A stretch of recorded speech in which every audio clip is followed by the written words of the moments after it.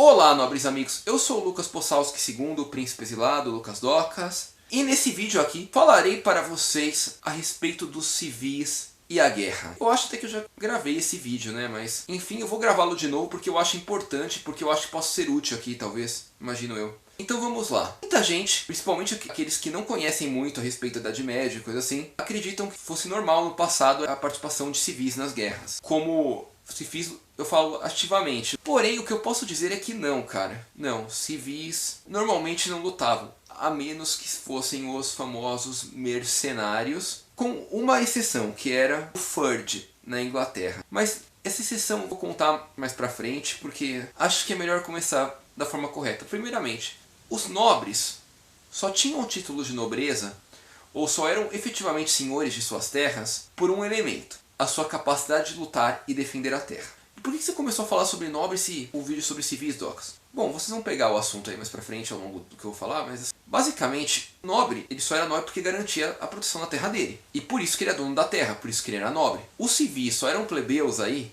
vamos dizer dessa forma, na Idade Média, porque eles não lutavam em guerras, porque eles pagavam alguma coisa pro nobre. Aqui nesse caso não estou questionando se o que eles pagavam era justo ou não, ou qual era o tipo de pagamento que eles deviam ao nobre, mas eles pagavam alguma coisa para o nobre em troca de proteção, em troca de poder utilizar a terra do nobre com uma forma de... Eles pagavam isso para poder utilizar a terra do nobre e ter a proteção do nobre. Afinal, o nobre era o legítimo dono da terra, porque ele era o único que tinha capacidade real de defendê-la. Normalmente, as guerras entre nobres eram meramente entre nobres. A família do senhor da terra A contra a família do senhor da terra B, que lutavam quando havia uma guerra entre nobres. E como vocês sabem, os nobres eram mais do que meramente administradores da terra. Eles eram guerreiros profissionais. Eles cresciam desde os 10 anos como pajem, para com 15 virar escudeiro, para com 21 virar cavaleiro, ou efetivamente liderar o exército de sua terra com 21 ou mais, ou até se tornavam um guerreiro adulto com os 21 anos, com formação completa, mas que talvez assumisse a liderança somente quando herdasse o título de seu pai, assim. Então, propriamente, este era a função do nobre. E o nobre, como um guerreiro profissional, obviamente ele seria muito melhor guerreiro, o cara que treina todo dia da vida dele, ou que se dedicava a vida a treinar artes de guerra, de luta, do que um cara que simplesmente um dia encontrou uma espada no chão e resolveu brincar de lutar com ela. Pensa só, um possui um conhecimento de uma vida de luta, enquanto o outro possui apenas... Ah, pegou uma arma agora, vai virar o melhor guerreiro do universo. Não, não vai. Ele mal vai saber utilizar a arma. Talvez ele saiba como cortar com uma espada, mas eu imagino que o cara não vai dominar todos os guias de treino da técnica Lichtenauer porque acabou de pegar uma espada do chão. Ou mesmo que ele tenha a espada, mas ele não seja uma pessoa que vive devotado a isso. Imagina só, o cara que é profissional em uma coisa, por tendência natural, vai ser melhor, vai se dedicar mais e vai ter resultado melhores do que um cara que faz tal coisa, sei lá, como um hobby, como uma coisa secundária, coisa assim. É natural. Isso reflete muito bem o nobre em relação aos plebeus, entre aspas, que poderiam ter uma arma ou saber lutar. Coisa que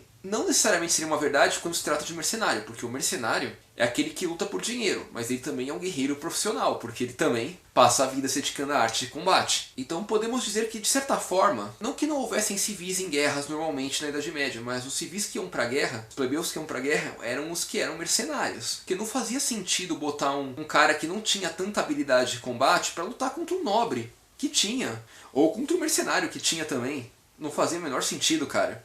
Agora, o que acontecia em relação aos mercenários? Alguns mercenários eram de origem nobre também, mas como era mercenário, não era necessariamente um nobre em si, poderia ser tanto um nobre de origem quanto um plebeu de origem se tornar mercenário. Não havia uma limitação do você tem que ser isso para poder se tornar mercenário. Não, cara. Qualquer um poderia se tornar um mercenário. Talvez não fosse qualquer um que desejasse se tornar um mercenário, mas qualquer um poderia muito bem ir lá e se tornar um mercenário. Então, essa é a grande importância do conceito de mercenário, porque como qualquer um podia ser um mercenário, um civil também poderia. Agora, uma coisa interessante de se estudar a Idade Média é que a maior parte dos civis que viravam mercenários, até em função do tipo de arma com as quais os civis tinham contato, que os nobres tinham contato, era muito comum que os mercenários civis fossem arqueiros ou balestreiros. Ou utilizassem, sei lá, alguma engenhoca, armas de fogo, alguma coisa assim. Porque normalmente os civis não tinham acesso tão fácil ao treino com espadas ou ao treino de luta montada quanto um nobre. Mesmo que um dos últimos filhos da nobreza, filho mais novo, vamos dizer assim, o filho mais novo de um nobre tinha muito mais acesso aos treinos de luta de um nobre do que um civil. Então era muito mais comum que os mercenários, mais voltados para a arte da espada, da luta montada e coisa assim,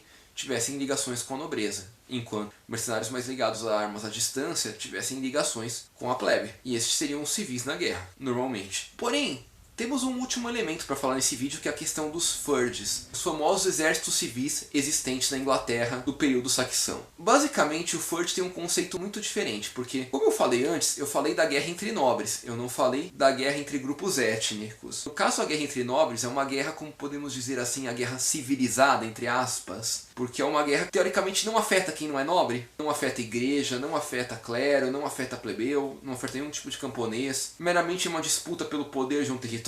Essa é uma guerra civilizada, como podemos dizer. Porém, nem todo tipo de guerra é uma guerra civilizada. Haviam as guerras bárbaras, as guerras entre povos, entre grupos étnicos. Pensa só, quando os vikings invadiram a Inglaterra, veio Ragnar lá e falou: não, eu vou tomar o ouro dessa igreja, porque igrejas são todas desprotegidas, os padres não lutam, vamos saquear o ouro, vamos saquear os camponeses também, os plebeus locais, porque afinal eles não falam nossa língua, a gente não quer essa terra para reinar ela também, a gente não quer ser nobre dessa terra, a gente só quer tomar as riquezas e voltar para nossa. Aí é o que chamamos de guerra bárbara. E aí nesse caso temos uma visão bem diferente, porque na guerra civilizada o camponês não é ameaçado, o plebeu não é ameaçado. Na guerra bárbara ele é. E sim, com o primeiro momento, a defesa deveria ser provida pelos nobres. Porém, vamos ser sinceros, em uma terra que teve milhares de invasões vikings, tem uma invasão viking aqui, aí amanhã vai ser ali. Óbvio que em algum momento a nobreza local vai cair,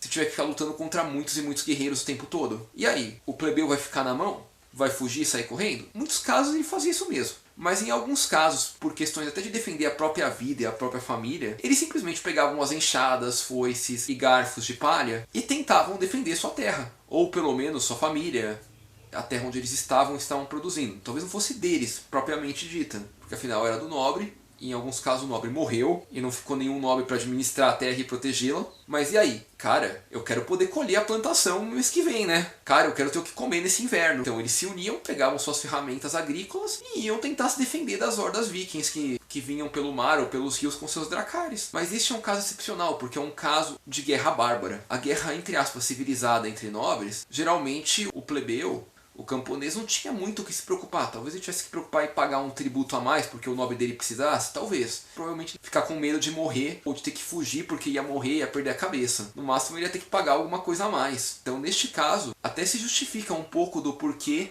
que os civis participavam da guerra. Bom, nobres amigos, acho que por esse vídeo é isso. Espero que tenham gostado, espero que tenham compreendido. Se gostaram, por favor, aperta esse joinha aí porque ajuda muito a gente. Não é inscrito? Se inscreva, ajuda mais ainda a gente aqui do canal.